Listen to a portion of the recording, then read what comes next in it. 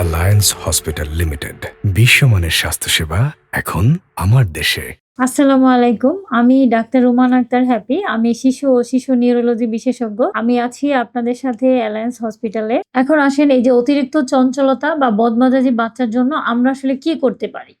তাকে কি আমরা বেশি মারধর করব বা কঠিন শাসনে রাখবো? না, এভাবে আসলে ভালো রেজাল্ট আসবে না। তাহলে আমরা কি বলি? এটা যেহেতু আচরণগত সমস্যা, সেহেতু আমরা তার কিছু বিহেভিয়ার মডিফিকেশন থেরাপি দিব।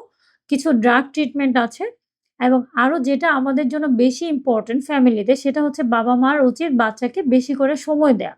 মোবাইল না দেওয়া। যতটুকু সময় পায় সেটা যেন কোয়ালিটি সময় হয়। বাচ্চাদের সাথে খেলতে হবে, বাচ্চাদেরকে ঘুরতে নিয়ে যেতে হবে পার্কে এবং আরো কিছু যেটা আমরা ফ্যামিলিতে করব সেটা হচ্ছে পজিটিভ রিইনফোর্সমেন্ট এবং নেগেটিভ রিইনফোর্সমেন্ট। পজিটিভ রিইনফোর্সমেন্ট জিনিসটা কি? সেটা হচ্ছে বাচ্চা একটা ভালো কাজ করলো। তখন আমরা তাকে প্রেইজ করব এবং তাকে আমরা তার জন্য একটা গিফট দিব। সেটা হবে অবশ্যই কম দামি একটা জিনিস।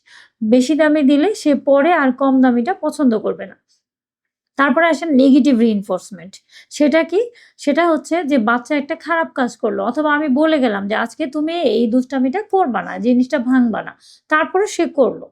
তখন আমরা তাকে বলব যে, "তুমি যে এই কাজটা করেছো সেজন্য তোমার যে পুরস্কারটা পাওয়ার কথা ছিল সেটা তুমি আজকে পাবা না।"